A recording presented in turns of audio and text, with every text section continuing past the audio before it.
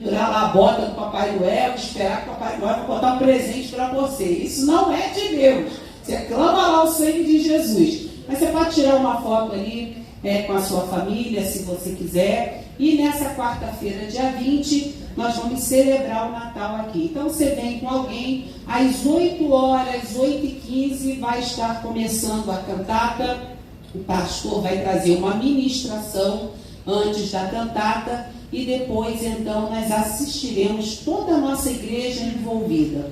Gente, vai ser uma bênção, tem muita gente envolvida com isso. Já estamos mandando elaborar aqui uma cortina, vai ficar muito bonito a nossa igreja aqui, com tudo sendo preparado, o coral já alugou beca, está tudo muito bacana. Então vamos prestigiar, convidar, se precisar a gente coloca mais cadeira aqui, vai ser uma bênção. Amém? Amém. Posso contar com a sua presença? Amém. E você vai trazer mais 5 com você? Amém. Gente, esse amém aí já naufragou, né? Então você coloca esse propósito aí, convida lá o seu vizinho, o seu amigo, que vai ser bênção. A outra coisa que eu quero falar, amanhã estamos aí, irmã Thaís? Amanhã estamos aí. Tem um mutirão organizado para fazer uma faxina aqui na nossa igreja. Eu estou vendo já que tem uns bancos aí que estão diferentes, né? Então a gente está arrumando os banheiros, limpando os bancos da nossa igreja, aqui no anexo. Se você quiser cooperar conosco, a irmã Thaís está ali, levanta a mão aí, irmã Thaís. Igreja é assim, igreja todo mundo participa de tudo. Então amanhã a gente vai estar aqui a partir da 18h30. Então, quem tiver aspirador, quiser trazer aspirador, a gente vai aspirar os bancos, vai arrumar tudo. Estamos preparando a igreja também para esse culto de Natal. E dando certo, a gente vai fazer uma vez por mês esse movimento aí para a nossa igreja estar bonita e arrumadinha. A partir do próximo ano, os nossos cultos de estudo, como eu costumo trabalhar nas igrejas onde nós passamos, nós fazemos cultos por módulos. Então, o irmão Paulo estava aqui falando, Coríntios, vamos estudar o livro de Coríntios. Isso vai levar a carta, né? Isso vai levar um mês, 8 cultos. Então, é um compromisso seu. São estudos interligados, mas também independentes. Então, se você vem a todos os estudos, você vai acompanhar toda a carta de Paulo aos Coríntios, né? Um voo de helicóptero. Se você quiser fazer um voo mais profundo, eu já vou falar para você se matricular no EPAD. E aí você aproveita que as inscrições, os alunos novos que estão se matriculando, estão recebendo bônus de isenção das inscrições. Aí você fala com o nosso irmão Leandro, aqui irmão Leandro, se matricula, mas para você vir ao culto de ensino, você poderá já ter uma noção. Temas sobre personagens bíblicos. Então quem aqui já ouviu falar bastante ou já ouviu algum estudo sobre Tamar? Sobre Tamar, a nora de Judá. Quem já ouviu aqui falar muito sobre Tamar? Muito sobre Tamar. Eu tenho uma série de 8 estudos sobre Tamar. O mais que eu ouvi falar sobre Tamar foi um estudo bíblico. Porque Tamar, você não sabe quem foi pai, quem foi mãe, você não sabe qual era a vida de Tamar, aonde ela foi criada, como ela foi criada, que idade ela tinha, qual foi a vida que ela levou com a mulher de Judá e o que levou Tamar a se prostituir, se fazendo passar por uma prostituta para se levantar descendência. A única coisa que você escuta é dizer que ela precisava ser honrada. Eu vou dizer para você quem era a mãe, quem era o pai, como ela foi criada, por que ela foi levada a fazer aquilo, aonde ela se escondeu, quem era a irmã, quem era a mãe, está tudo na Bíblia. Então você vai ter 8 estudos sobre a vida de Tamar. Você nunca viu ninguém falar sobre isso. Estou escrevendo um livro sobre isso, não existe. E eu vou trazer aqui para Campo Limpo em primeira mão. Então, não falte, nós estaremos aqui estudando a palavra de Deus sobre isso. A outra coisa que eu quero te dizer é que no dia 6 de janeiro, primeiro sábado de janeiro, Para o povo aí fora é dia de reis. Para nós, dia de rei é todo dia, dia do rei Jesus. Mas vai ser a nossa primeira manhã com Deus do ano de 2024, tá? Então a galera que estuda está de férias, você está convidado a clamar a Deus conosco aqui. De 8 da manhã ao meio-dia vai ser a nossa primeira manhã com Deus. Vocês guardaram tudo? Mateus capítulo 24, nós vamos ler do versículo 15 ao 28, tá bom? Nós vamos ler juntos. Eu vou falar um pouquinho hoje sobre como funciona o nosso cérebro, a nossa mente. E essa leitura junta, ela nos faz ler, ouvir e falar. E sendo assim, nós gravamos aí pelo menos 85% daquilo que a gente vem fazer hoje aqui no culto de estudo, tá bom? No 3 eu vou falar quando, pois, e aí a igreja vai lendo pausadamente até o versículo 28. Vamos lá? Quando, pois... Tá muito feio. A gente não vai transmitir, a gente só vai gravar, tá bom? Vamos lá. Quando, pois... falou o profeta Daniel, está no lugar santo. Quem lê, entenda. Então, se estiver na Judéia, e quem estiver sob o telhado, não desça. E quem estiver não volte atrás a buscar o seu. Mas ai das grávidas e das que amamentarem naqueles dias. E orai para que a vossa cultura não aconteça em inverno nem no sábado. Porque haverá então grande aflição, como nunca houve desde que se existe o mundo até agora. Nem tampouco há de. Peraí, vamos juntos, tá? Vamos esperando pelos outros. E se aqueles dias não fossem abreviados, nenhuma carne se salvaria. Mas por causa dos escolhidos serão abreviados aqueles dias. Então, se alguém vos disser, eis que o Cristo está aqui, ou ali, não lhe deis crédito, porque surgirão falsos cristos e falsos profetas, que farão tão grandes sinais e prodígios, que, se possível for, enganariam até os escolhidos. Eis que eu tenho predito. Portanto, se vós disserem, eis que está no deserto, não saias. Eis que está no interior da casa, não entreis. Porque, peraí. 27, todo mundo junto. Porque, assim como o relâmpago sai do Oriente e se mostra até o Ocidente, assim será também a vinda do Filho do Homem. Pois onde estiver o cadáver, aí se ajuntarão as águas. Senhor, nós te louvamos pela tua palavra. Espírito Santo de Deus, tu que és mestre por excelência, nos ensina o que nós não sabemos e nos lembra o que nós já conhecemos e nos dá um enfoque novo, aviva no nosso coração. Nessa noite, trabalha na nossa mente, no nosso coração, para que possamos sair daqui mais crentes, mais aprofundados. Fala conosco, arde a chama no nosso coração. Nós pedimos em nome de Jesus. Amém. Tome seu assento. Quem nos visita nessa noite, faz um sinal assim para que a gente possa te conhecer. Tem alguém que nos visita nessa noite? Ou todos são de casa?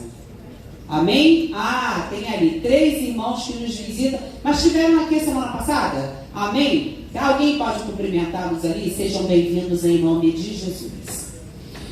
Essa passagem de Mateus, capítulo 24, Jesus fala de 3 assuntos. Ou melhor, fala de 5, mais 3 que durante muito tempo a igreja separou, primeiro sobre o princípio das dores, depois fala sobre a grande tribulação e depois fala sobre a vinda do Filho do Homem. E sobre esses três assuntos, ele nos fala sobre a vigilância e sobre a parábola dos dois servos, o fiel e prudente e aquele que é tolo e descansado, o servo imprudente. Porém, os três assuntos estão interligados e eu não vou falar desse assunto que nós vamos falar hoje, na passagem onde nós lemos, de uma forma específica ou temporal, como nós costumamos desmembrar para estudar, mas como uma forma de advertência num sentido geral para a nossa meditação, uma aplicação bíblica. Jesus, ele fala aqui nesse contexto sobre a grande tribulação. E durante muito tempo acreditou-se, e muitos dos irmãos têm assistido muitas lives, têm assistido muitos estudos, nos levando a crer ou comentando que a grande tribulação não é um momento isolado que a igreja vai viver.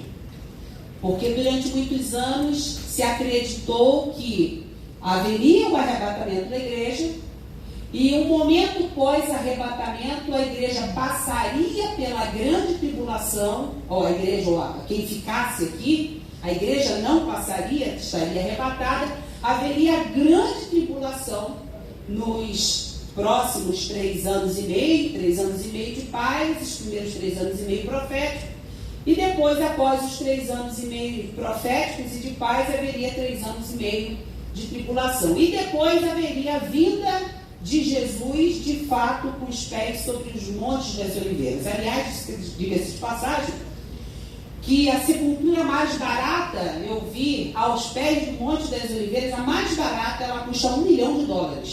A mais barata.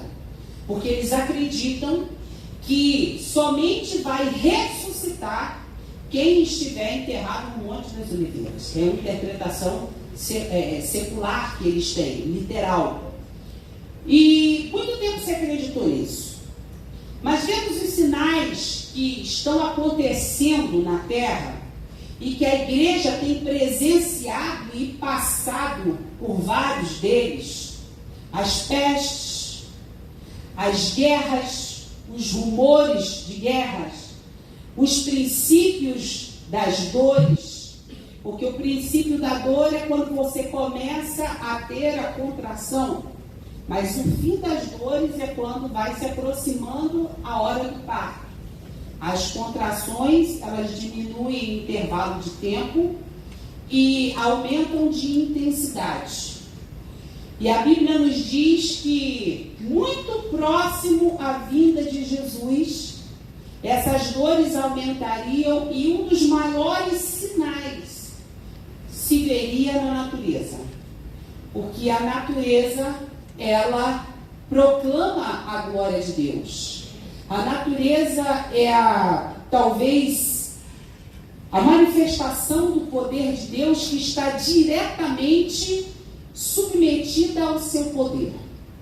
Os homens tentam colocar, por exemplo, marcos no mar. Eles aterram, constroem, mas a hora que Deus quer manifestar o seu poder através do mar, ninguém segura o mar. Nunca houveram tantos tsunamis como nós temos tido ultimamente. Nunca as fendas geográficas que nós possuímos no planeta Terra estiveram tão aumentadas, tão profundas como nós temos tido ultimamente. Nunca as manifestações dos tempos, das estações, estiveram tão trocadas como estão ultimamente. Nunca as pestes se manifestaram de formas tão contundentes como tem se manifestado ultimamente. E muitas vezes o crente desavisado, o crente que não estuda a palavra, ele se pega perguntando: por que é que eu tenho Deus? Por que é que eu sou crente? Por que é que eu vivo em oração e eu estou sofrendo os efeitos das coisas que estão acontecendo no mundo? Por que é que vem uma enchente e a minha casa é levada pela enchente e eu perco tudo? Por que é que veio o Covid e eu perdi, através do Covid, uma pessoa que eu amo? Por que é que vem uma onda de desemprego e eu trabalho, eu sou dizimista fiel, eu sirvo a Deus, eu cumpro com as minhas obrigações e eu fui alcançado pelo desemprego? Nós nos questionamos, e às vezes até lendo a Bíblia, até sendo crente de oração, nós nos questionamos por que é que essas coisas têm nos alcançado. E a Bíblia nos diz que a mesma coisa sucede ao justo e aos injustos, ao justo e ao ímpio. O sol nasce para todos. A diferença é que o ímpio, ele entra em desespero e ele não tem para onde correr.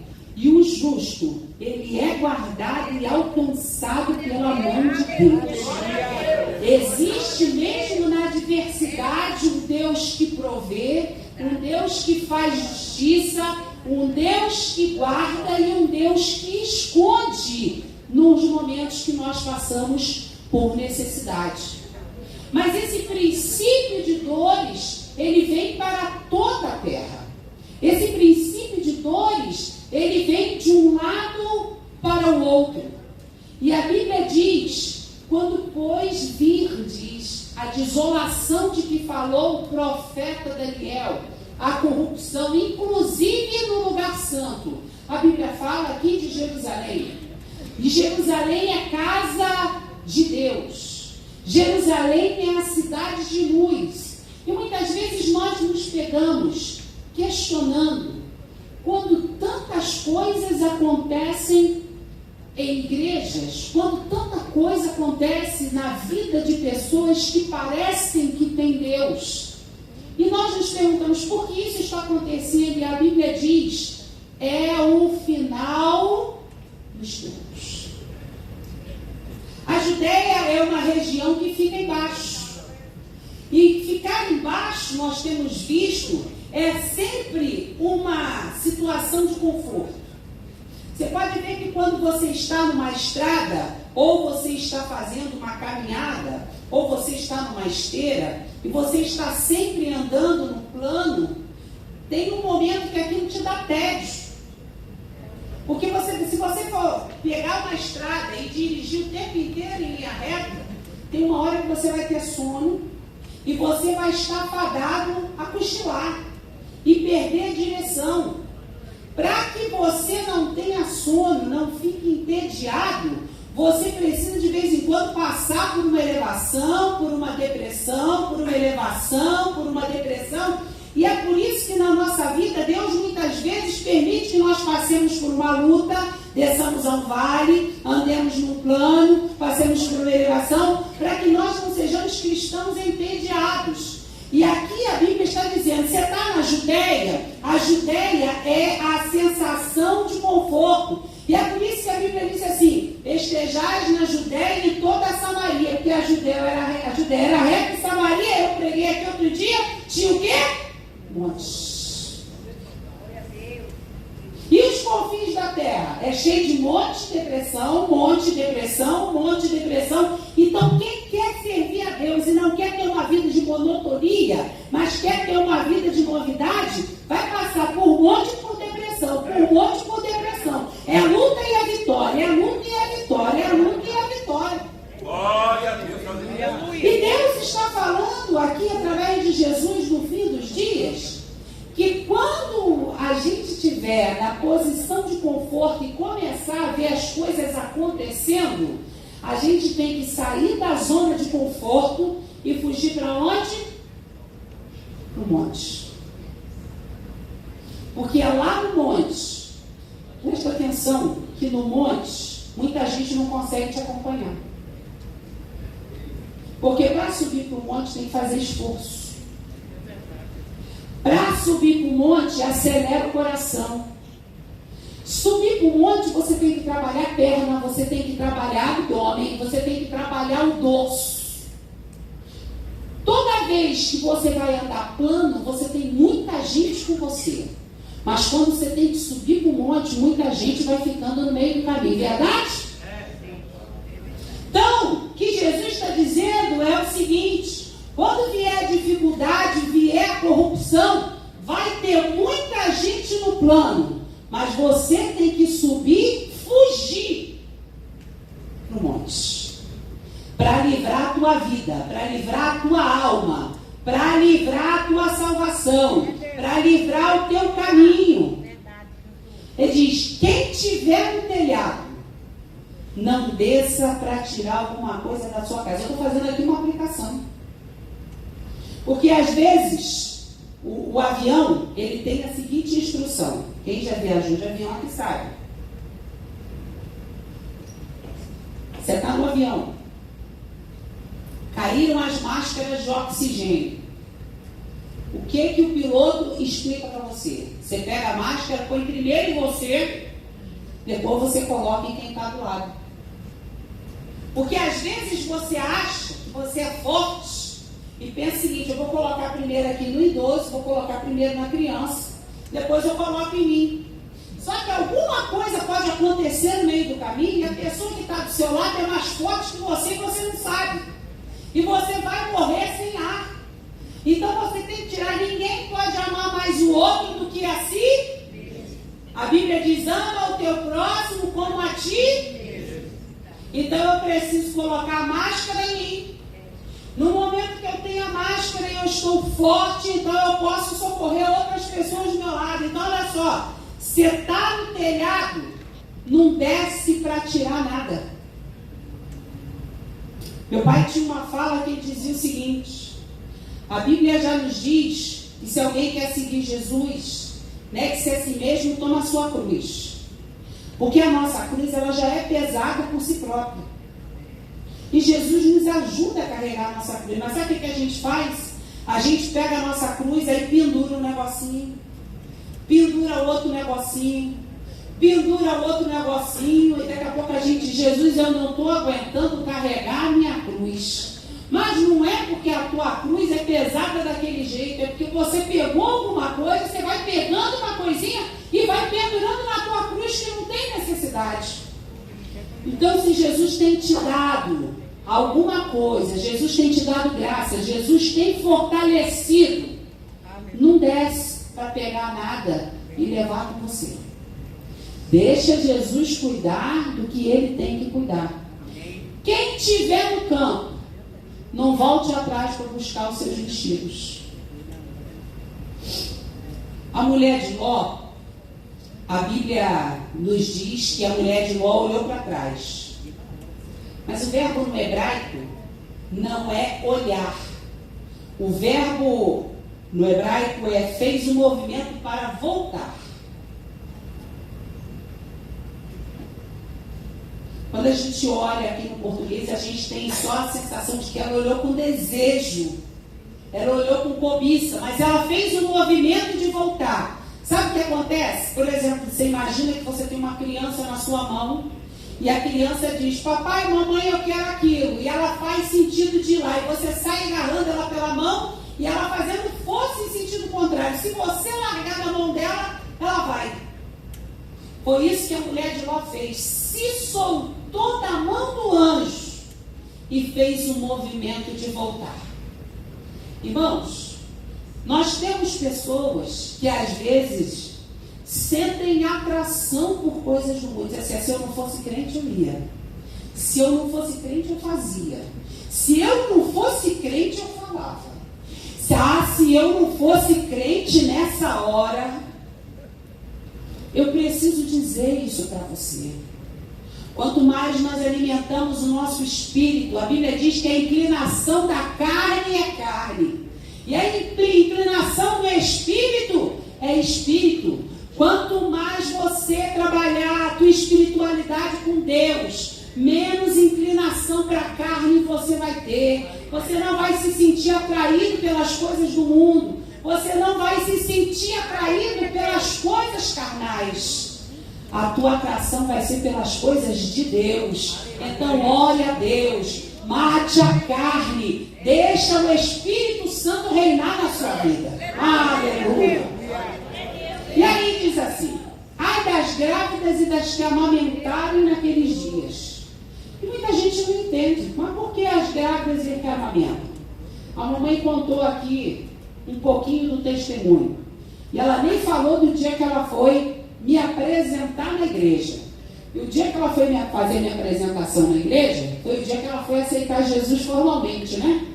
Lá dentro do quilômetro 32, tinha que atravessar lá o viaduto Oscar Brito, que até hoje é conhecido como viaduto dos Cabritos. Ninguém sabe o que é, quer dizer, quem lê sabe que é o Oscar Brito, mas o povão chama de viaduto dos Cabritos. Juntou o nome, é igual a criança tem bicho carpinteiro. Vocês conhecem, já ouviram essa expressão? Aquela criança parece que tem bicho carpinteiro, mas não é. Os portugueses, quando chegaram aqui, numa terra quente, todo mundo se coçava, tinha piolho, tinha sarna, as crianças se coçavam e esta criança parece que tem bicho no carpinteiro. Era bicho no corpo inteiro. Aí o brasileiro, os índios, não conseguiam entender direito, virou bicho carpinteiro. Então o viaduto dos Cabritos é a mesma coisa, viaduto Oscar Brito. Tudo lama, tinha vala, não era tempo de saneamento. E a mamãe foi toda arrumadinha com minha avó me apresentar lá numa congregação, lá dentro do quilômetro 32. Quando a mamãe estava indo para a igreja, estava com 30 dias mais ou menos, 40 dias de nascida, mamãe ainda com ponto de cesárea, e a mãe pisou em falso e caímos dentro de uma vala. Todo mundo aqui sabe o que é vala? Quem não sabe o que é vala?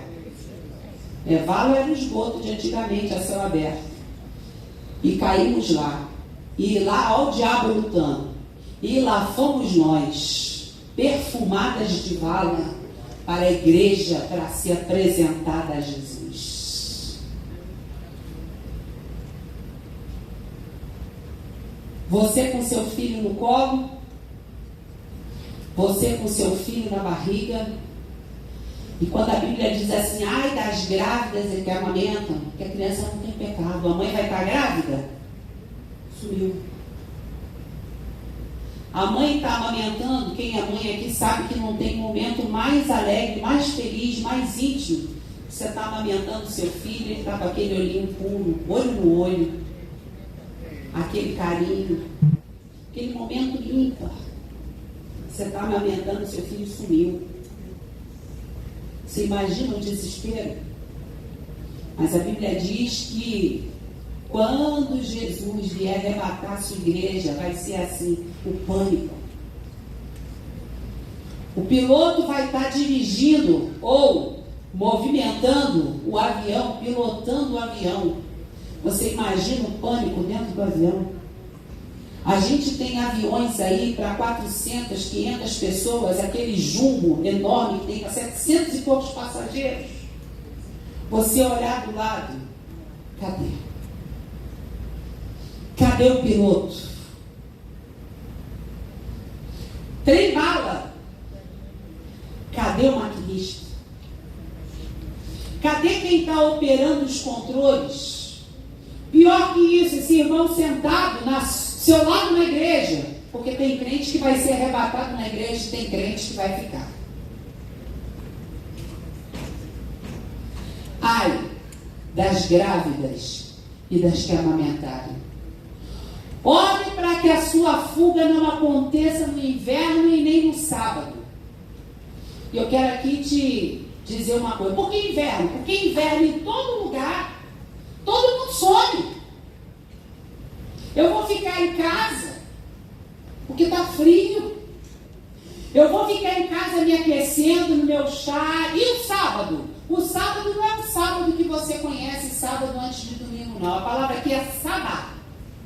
E a palavra sabá significa descanso. Sabá não é sábado. Isso aí entrou calendário gregoriano, outros calendários que vieram chegando aí, e o sábado ficou associado ao sabá. Mas a palavra sabá significa descanso. E tem lugares que o descanso é sábado, tem lugares que o descanso é domingo, tem lugares que o descanso é na quarta. Depende da cultura. Orai para que a fuga não aconteça nem no inverno, nem no dia de... Às vezes você trabalha a semana inteira e sua folga é toda terça-feira. Qual é o seu sabá? Qual é o seu sabá? Terça-feira. Hoje eu não vou para a igreja, não. Hoje eu vou ficar em casa, é meu dia de descanso. Hoje eu não vou orar, hoje eu não vou ler a Bíblia, hoje eu não vou cantar, hoje eu não vou para a igreja, hoje é o meu descanso. A Bíblia ela é tão extraordinária porque ela é acultural. Porque senão a Bíblia ia ser só para brasileiro, ia ser só para judeu, ia ser só para japonês, mas Jesus é universal. A palavra de Deus alcança a todos. E ela está falando com você e comigo nessa noite. Desperta, desperta, Jesus está voltando. E se alguém vos disser, eis o Cristo, olha só, não disse eis Jesus. Eis Jesus, aqui ou ali. Porque existem muitos Jesuses. Muitos Jesuses. Mas Cristo é o Messiá. O Messiá é o Salvador. Os árabes, na Páscoa, nós acordamos bem de manhã cedinho e nos ligamos uns para os outros e dizemos, Masih Am, Ha'am. O Cristo ressuscitou, e o outro responde, verdadeiramente ressuscitou. Quer dizer, é o Messias, o único que tem o poder em si mesmo, gerado pelo Espírito Santo, ele está de pé. E quando a Bíblia diz aqui, eis o Cristo, eis o Redentor, eis o Messias, aqui ou ali, não lhes deis crédito. Sabe por quê? Quando termina a última palavra do livro de Malaquias, você pode conferir na sua Bíblia, maldição. Nos 430 anos aproximadamente de intervalo entre Malaquias e Mateus, acontece a guerra dos Macabeus. Surgem ali os fariseus, surgem ali os saduceus, surgem ali os zelotes, porque uma série de situações políticas e religiosas acontecem no meio do povo. O povo já não aguenta mais sofrer. E o povo espera por um libertador. E não se assuste. Muitas pessoas fazem milagres. Milagres. Há sinais e prodígios. Um exemplo. Você vê aquele Simão. Quando Paulo aparece naquela cidade, aquele homem adivinha, aquele homem cura, aquele homem faz sinais, ele faz prodígios. Mas quando ele vê Paulo pregando a palavra que cura, que liberta, que salva, que transforma, e por consequência traz o batismo com o Espírito Santo, ele diz assim, por quanto dinheiro eu posso comprar esse poder? Porque eu faço pessoas ficarem aparentemente curadas. Eu faço as minhas adivinhações. Mas isso eu não consigo. E quando Paulo clama ao sangue de Jesus, aquele espírito sai daquele homem. Aquele homem conhece o poder do Messias, o Cristo, o único que pode transformar vidas em caráter. Não são sinais, é caráter. E com o caráter daquele que crê, os sinais acompanham. Oh, glória a Deus! O único que continua transformando o caráter é o Messias, o Cristo que desceu.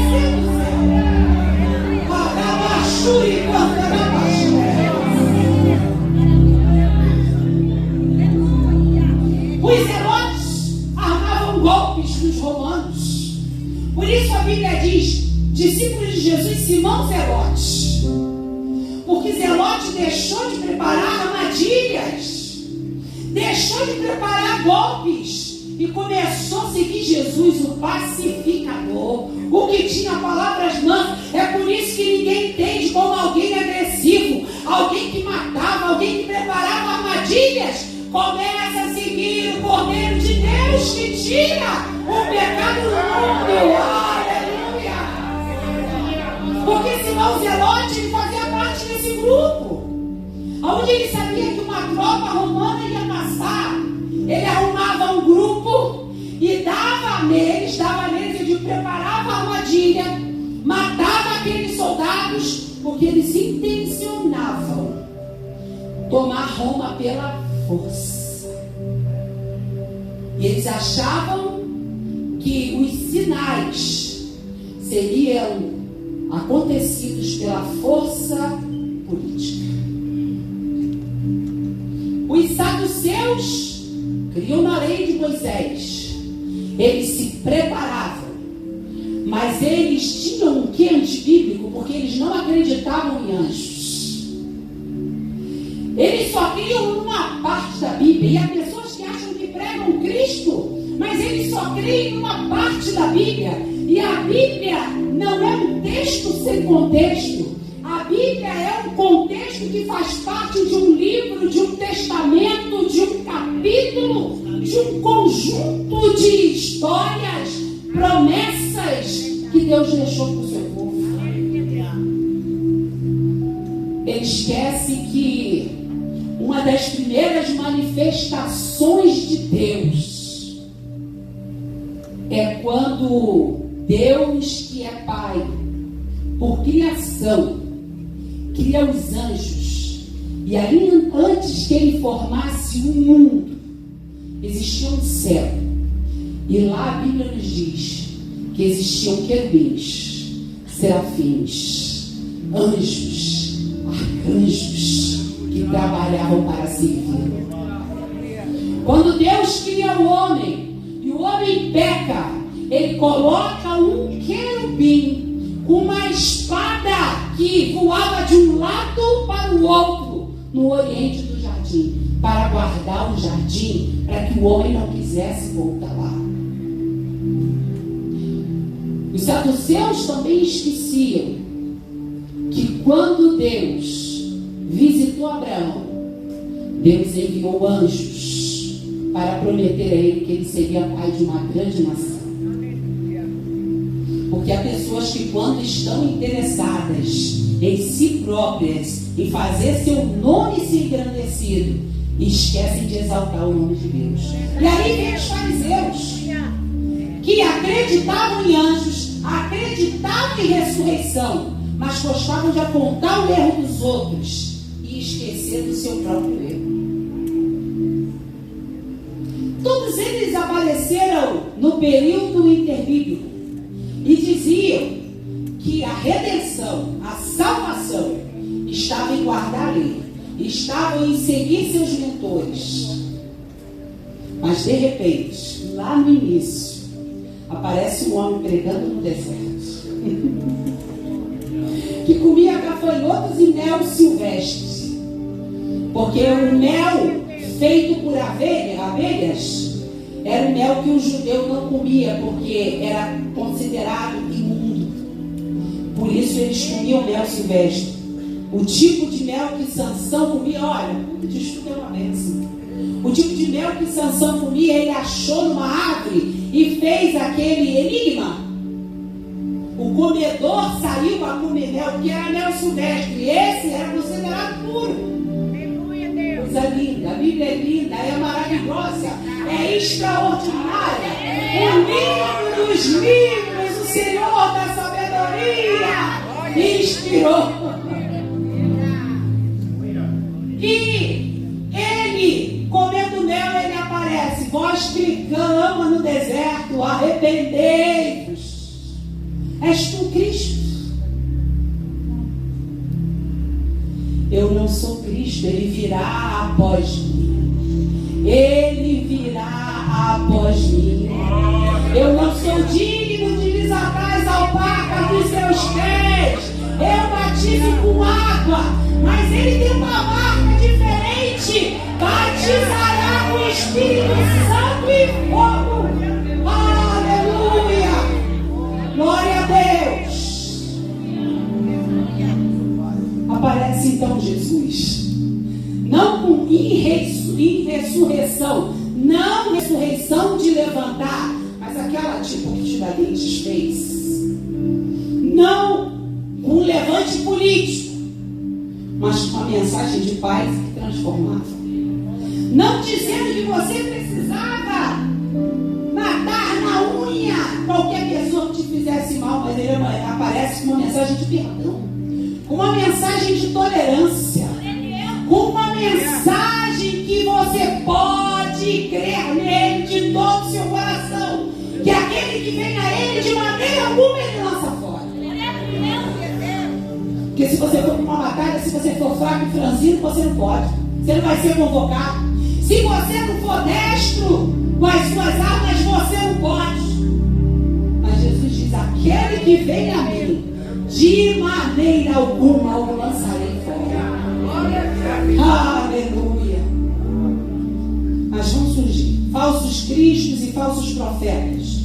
E eles vão fazer tão grandes sinais e prodígios que, se possível for, enganam os escolhidos.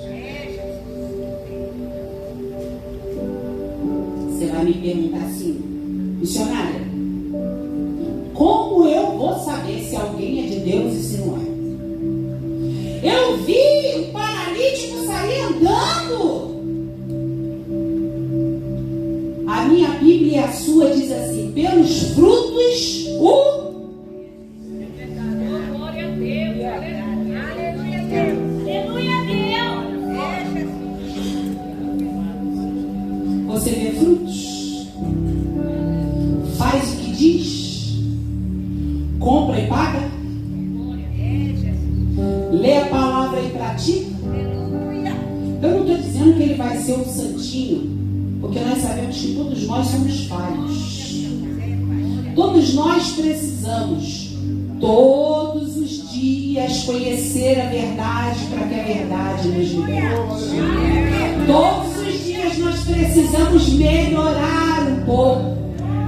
Quando a Bíblia diz: sede santos porque eu sou santo, a Bíblia está dizendo assim: santifica mais um pouquinho, santifica mais um pouquinho, santifica mais um pouquinho, santifica seus olhos, santifica seu ouvido, santifica sua boca, santifica seus passos, santifica sua mão. Santificar não quer dizer não ser tentado. Nós seremos tentados. Filipenses diz que Jesus em tudo foi tentado, porém sem pecado. Ele foi obediente até a morte de cruz. Você não pode impedir que um passarinho voe em torno da sua cabeça. Você não pode impedir que um passarinho até mesmo tente pousar na sua cabeça. Mas você pode impedir que ele faça um ninho na sua cabeça.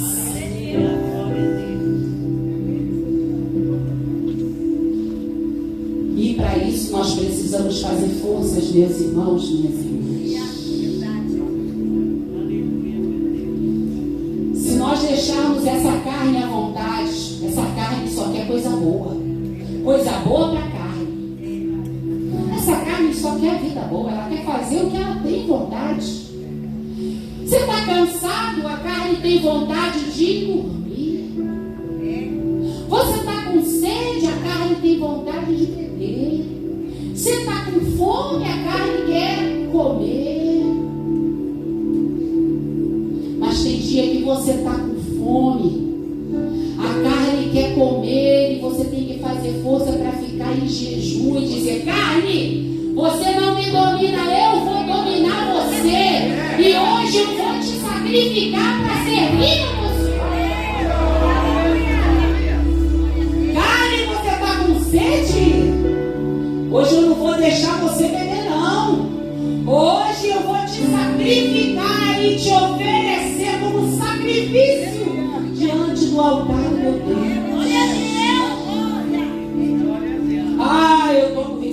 eu estou irado. Minha vontade é falar, mas boca, eu vou te segurar fechada aqui e não vou murmurar.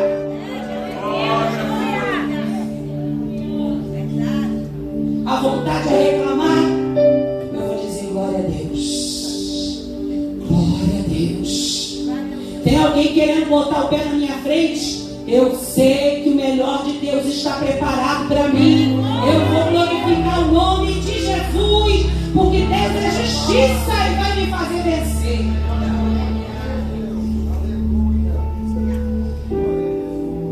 E eu quero pular para o versículo 27.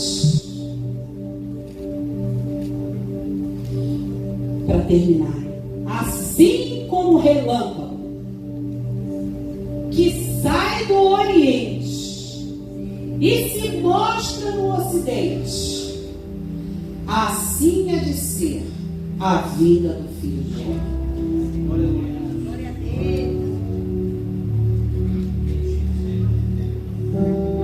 Durante muito tempo. E ainda, com algumas questões, o homem não sabe e não consegue lidar com as forças da natureza. Eu me lembro que eu tinha uns 3 anos e pouco, 4 anos de idade.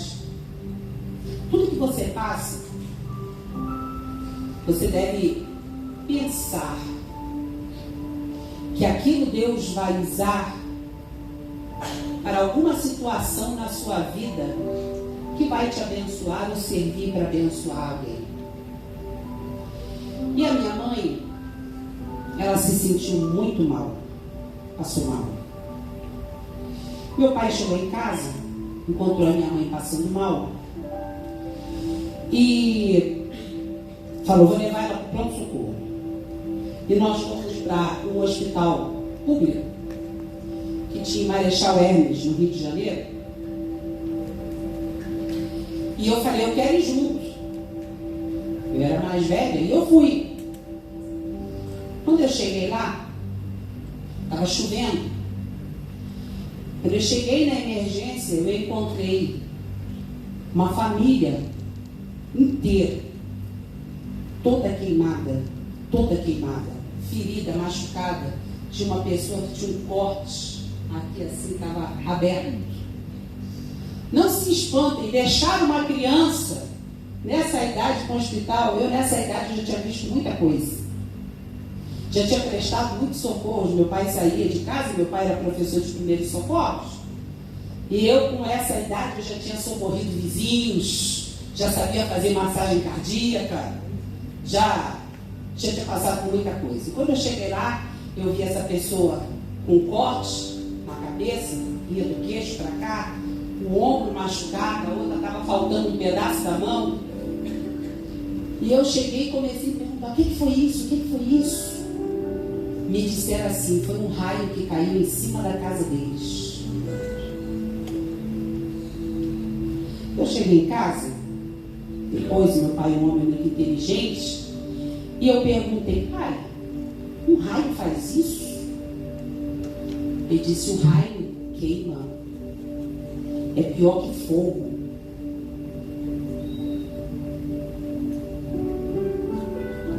Nosso corpo tem energia. Eu fui estudando, passando tempo. Nosso corpo tem energia. A energia do nosso corpo é medida por ohms. H-O-H-M-S.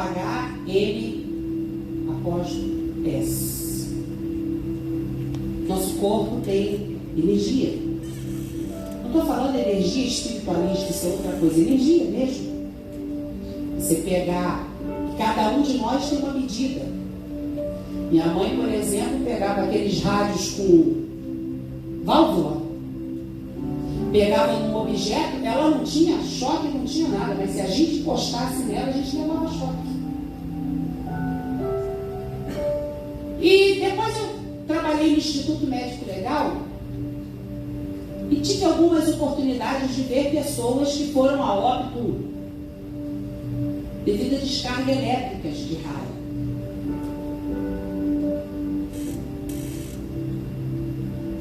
E olhando essa passagem, aqui não fala raio, fala assim como relâmpago, sai do Oriente e se mostra até o Ocidente. Então eu preciso dizer para você a diferença de raio, relâmpago e trovão. O raio é a descarga elétrica que vem através da luminosidade. A luminosidade que você vê, a luz, é o relâmpago. E a descarga elétrica que vem dentro do relâmpago é o raio. O raio atinge a terra. Nós temos casos de pessoas, quanto mais ao ar livre, quanto mais água, quanto mais natureza, quanto mais árvores você tem, maior vai ser a propagação da energia. Tanto que se você, por exemplo, tem um curto-circuito e você joga água, o seu corpo é condutor de energia elétrica. Esse corpo que tem energia, você põe a mão na energia elétrica, o culto de ensino te ensina também a saber como você vai se defender no caso de um incêndio por curto-circuito ou energia elétrica. Alguém põe a mão, levou um choque, se você colocar a mão naquela pessoa, o corpo dela funciona como um fio terra. A descarga elétrica que vem para você é muitas vezes maior do que a que vem no corpo dela. Você precisa jogar um cobertor nela ou desligar a chave elétrica para que aquela pessoa seja desligada daquilo ali e você não tenha um choque. Então, o ideal, quando você for mexer na corrente elétrica, que você desliga e você põe uma coisa de borracha. Um sapato de borracha, um tênis de borracha. Então, quando o raio vem e bate, muitas vezes a pessoa está jogando futebol ao ar livre, está nadando numa piscina, o raio vai ali, conduz energia elétrica e ela vai morrer ali por uma descarga elétrica. Há casos de jogadores, estão jogando, o raio vem, bate, vai no chão e pega o corpo dele como se fosse um fio terra. Muita gente não acreditava nisso. Mas aí o Benjamin Franklin, para provar que isso era verdade, ele resolveu, num dia de tempestade, pessoal que fez sexta série não ia só comer merenda, porque é na sexta série que a gente estuda esse tipo de coisa. Sexta série antigamente, ensino fundamental agora, o segundo ano do ensino fundamental. Não despreze o seu ensinamento. Um dia você pode estar aqui no púlpito e você vai lá atrás na sua memória para poder resgatar isso. Para entender como é que vai ser a vida de Jesus. Ele resolveu empinar com um fio de metal o papagaio e colocar embaixo uma caixa com rolos para provar que quando aquele papagaio estivesse empinado, uma pipa, o raio ia bater ali, ia ter uma descarga elétrica e ia movimentar. E assim foi. Começou a movimentar aqueles rolos, aqueles bastões. Hoje, quando chegar em casa, todo mundo vai conferir isso. Aí você vai guardar essa pregação.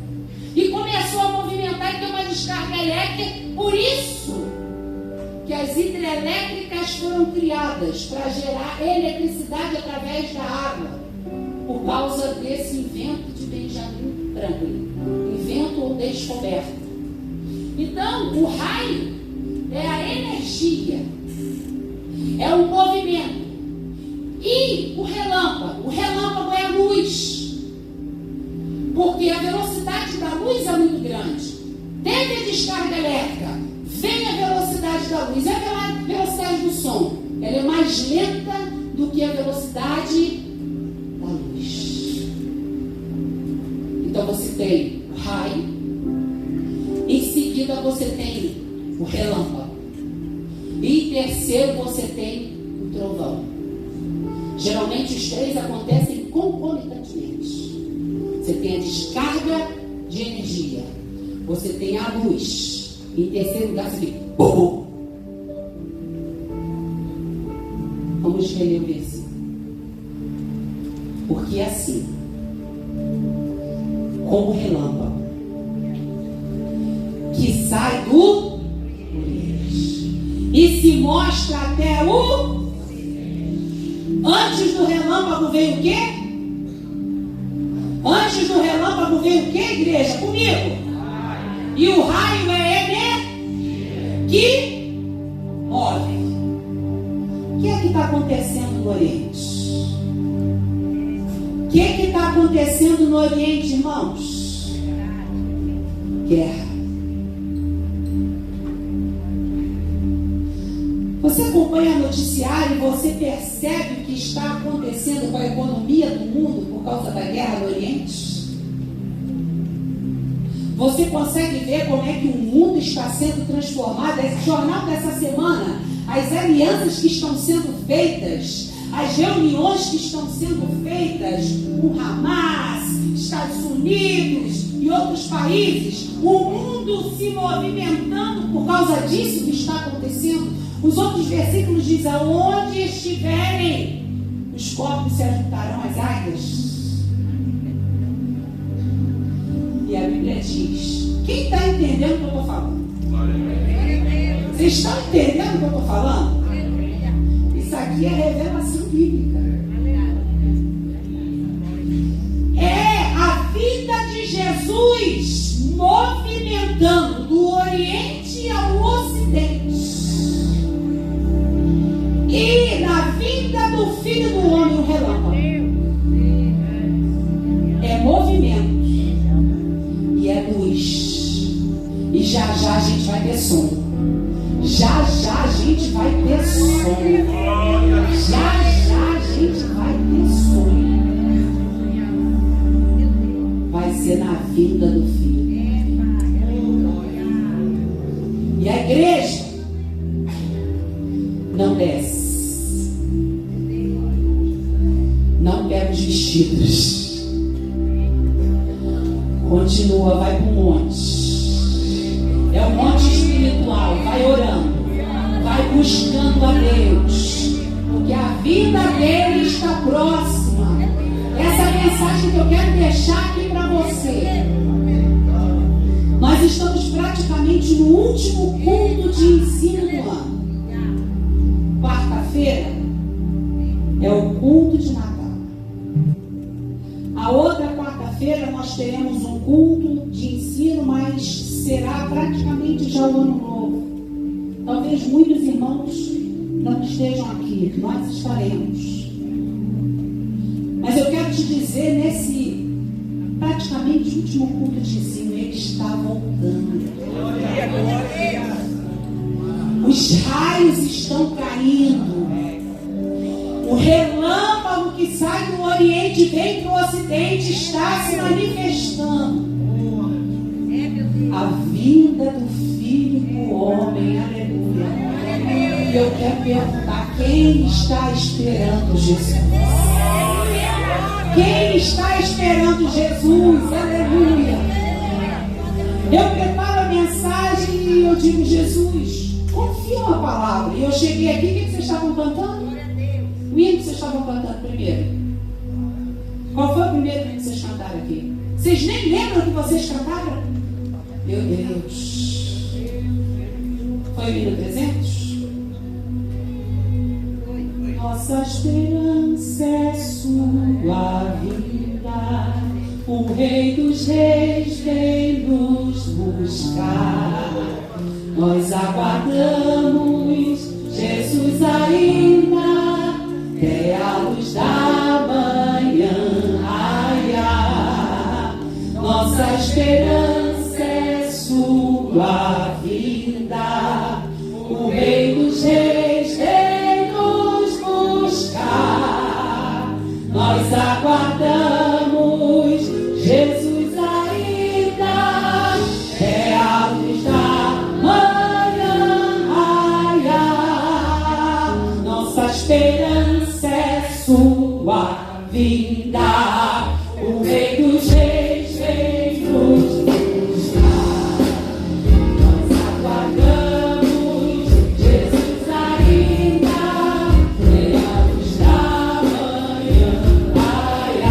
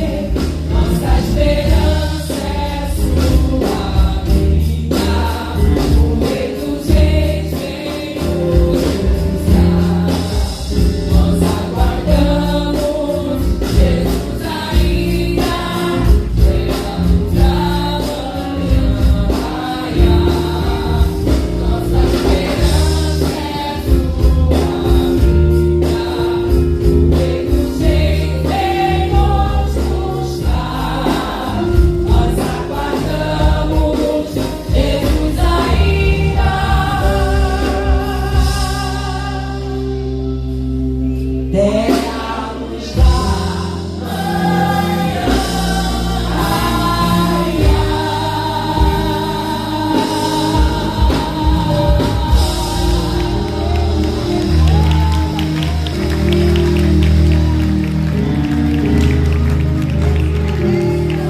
Já vou passar aqui para o nosso irmão Edson. Quer fazer uma oração com você. Sua esperança não pode morrer. Ela não vai morrer. Jesus está voltando. E eu quero orar para que Jesus renove essa esperança. E eu quero orar para que a sua oração seja mais intensa. Para aquela pessoa na sua casa, na sua família, que falta voltar para o aprisco de Jesus. Há uma promessa de Deus para nós e para a nossa casa. E talvez você pense assim: Senhor, eu não posso fazer a tua obra porque ainda está faltando meu filho, ainda está faltando meu marido, minha filha, está faltando meu pai, está faltando alguém. Mas a Bíblia diz que o crer vem pelo ouvir, e ouvir a palavra de Deus. Você precisa dar testemunho com os seus lábios. Mas às vezes nós lidamos com pessoas tão difíceis que nós não conseguimos falar. E o maior testemunho é a sua vida. Minha mãe falou aqui do meu pai. 28 anos afastado dos caminhos do Senhor. Meu pai tinha um conhecimento bíblico fora do normal. Muitas vezes eu estava na igreja e algum pastor, amigo nosso, algum jovem, dizia assim para mim: Cláudia, eu orei, eu jejuei, eu me preparei, vou fazer uma visita na sua casa e vou lá pregar para o seu pai. Aí eu dizia: meu Deus, quem sabe vai ser hoje. E aquele grupo na minha casa, às vezes de obreiros, chegava lá e ia fazer a visita para ele. Meu pai era um gentleman, recebia os irmãos, preparava aquele lanche, minha casa estava sempre cheia, e fazia culto, e pregava, e falava. E quando eles iam embora, eles pegavam a Bíblia, era bem assim, parece que eu estou vendo a cena, e dizia assim: meu Deus, eu nunca aprendi tanto na Bíblia como hoje. Eu estou envergonhado que eu preciso aprender a Bíblia. Esse homem sabe demais. O meu pai desviado da casa de Deus, meu pai era um ganhador de almas. Às vezes alguém me pergunta: onde a senhora aprendeu a amar almas? Aprendi com meu pai. Porque meu pai não passava por nenhum lugar sem falar de Jesus. Eu contei aqui que uma certa vez ele estava dando aula, tinha um grupo de 400 alunos, e ele tinha um aluno que era escultor. Esse aluno fez um concurso, foi treinado pelo meu pai, e esse aluno esculpiu um quadro bem grande, o coração de Maria, o coração de Jesus e Maria por trás. E ele chegou para o meu pai chorando na frente daqueles alunos. Eu era bem pequeno. Ele disse: mestre, o pai era mestre de algumas matérias. Ele disse: mestre, eu fiz com as minhas mãos, pela gratidão que eu tenho ao Senhor, pelo que o Senhor fez. O Senhor acreditou em mim. O papai, muito feliz, abriu aquele pacote. Quando os alunos viram, começaram a aplaudir. Coisa linda, coisa linda. Meu pai, muito agradecido, virou-se para ele e disse assim: muito obrigado por isso que você está fazendo por essa homenagem, mas eu não posso aceitar o seu presente. Muita gente naquela hora julgou meu pai de muitas maneiras. Eu era pequena, eu estava no meio e eu ouvi. E o aluno aí começou a chorar, não de emoção, mas magoado. Eu disse, por que eu fiz com tanto carinho? Ele disse, querido, eu entendo a sua dedicação. Mas se eu aceitar isso aqui e levar para minha casa, você vai achar que eu me agradei. Se eu aceitasse isso aqui, eu ia chegar na minha casa e eu ia jogar fora. Porque isso aqui é um Deus morto. Eu creio num Deus vivo. Isso aqui é um Deus que tem olho e não vê. Esse coração não bate, não pode fazer nada por ninguém. Maria foi uma grande mulher. Diante daqueles alunos, meu pai fez uma pregação. Muita gente chorou e meu pai fez o apelo. Muita gente aceitou Jesus e muita gente ficou revoltada. E aquele aluno ficou muito chateado. Uns 10 anos depois, meu pai encontrou com aquele aluno era o pastor. Ele disse, mestre, eu hoje sou um homem de Deus. Graças ao que o Senhor falou para mim naquele dia. Eu fiquei sem entender. Mas eu comecei a me perguntar, por que o meu mestre não aceitou aquele presente? Por que eu sou devoto de Maria e ele disse para mim que aquele coração não batia? E eu fui numa igreja e lá eu ouvi a palavra de Deus. E muitos daqueles irmãos que foram na minha casa pegariam aquele presente e jogariam fora. Eu não sei o que você faria, mas foi assim que eu fui criada.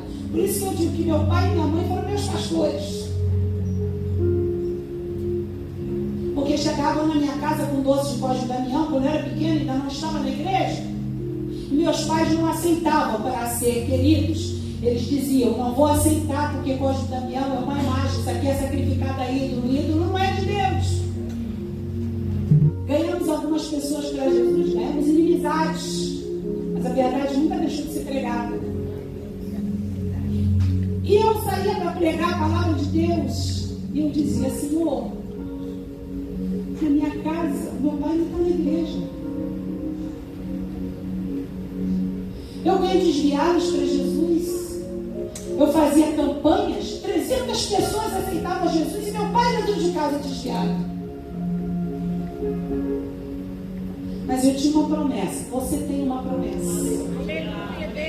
E é Deus que trabalha na sua vida. É Deus que quebra o coração de pedra e coloca um coração de carne. A palavra de Deus é como um martelo que esmiuça a pedra. Eu estou dizendo isso para você com muita fé. Acredita nisso.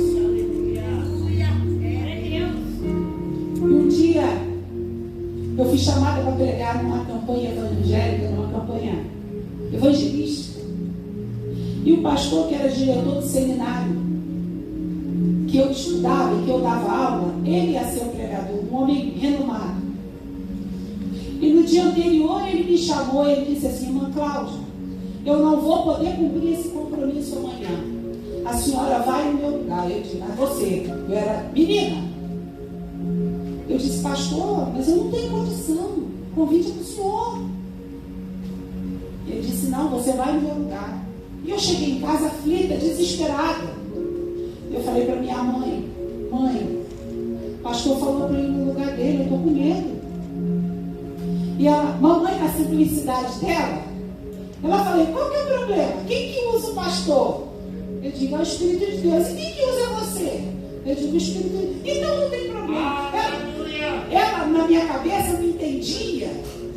Quem ia estar ali ia para ouvir o pastor. Ouvir o conhecimento que o pastor tinha. Eu só tinha 20 anos. Ia estar os cantores renomados todos da época, André Fontes, Cassiano, José de Paula, aquele pessoal, ia para ouvir o pastor, tinha ido por causa dele.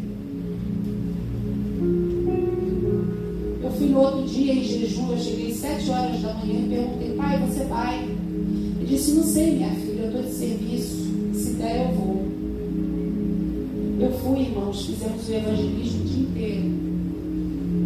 No final do dia, uma praça sem tamanho, estava lotada. Eu comecei a pregar.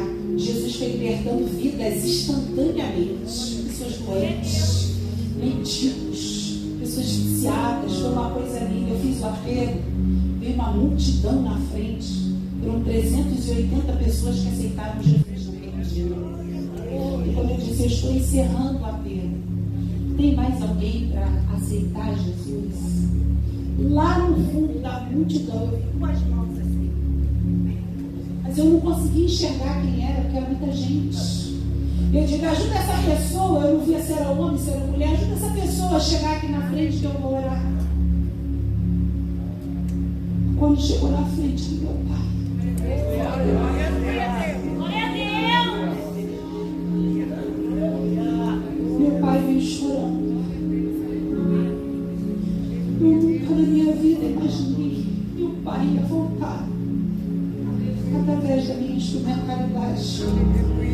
Aleluia, meu Deus. Deus tem preparado para você coisas que você nunca sonhou. Glória a Deus.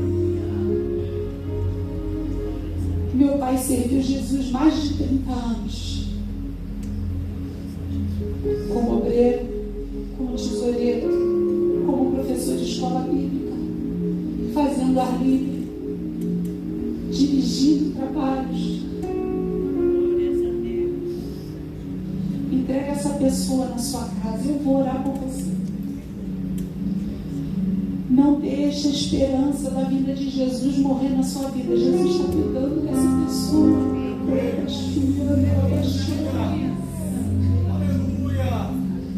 Jesus está voltando, a luta é grande, mas esse novo ano vai trazer coisas novas para você e para a sua casa.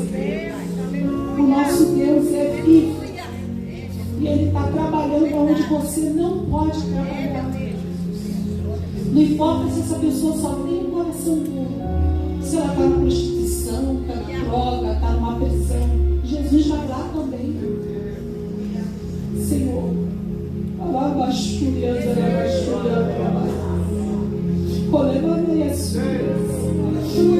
nós falamos essa noite sobre a vida de Jesus e nós cremos nela. Mas muitas vezes, Senhor, nos preocupamos com pessoas da nossa casa, da nossa família, da nossa parentela, que às vezes estão perto, às vezes estão longe de nós. Mas Jesus vai lá agora. Que nesse ano de 2004 nós vivamos novidades na nossa casa. Vivamos salvação. Vivamos libertação. Aonde estiverem, Senhor, nossos familiares e a nossa parentela, salva, salva Jesus, salva Jesus. Batiza com teu Espírito nossos pais, nossos filhos, nossos primos, nossos tios, nossos avós, nossos netos. Que a tua mão forte alcance, Senhor. Porque nós vemos também essa noite que se esses dias não fossem abreviados, nenhuma carne se salvaria. Mas o Senhor tem abreviado, porque o Senhor quer levar salvação. Em nome de Jesus, obrigado pela vida dos teus servos que neste ano frequentaram o culto de ensino. Que o Senhor venha nos renovar nossa mente, renovar nossa alma, renovar nossas esperanças. E que no próximo ano, Senhor, possamos estar cada vez mais ávidos pela tua palavra. A tua palavra que é como um tesouro. A tua palavra que nos dá sabedoria. A tua palavra que traz para nós inspiração. Em nome de Jesus. Amém. Deus te abençoe.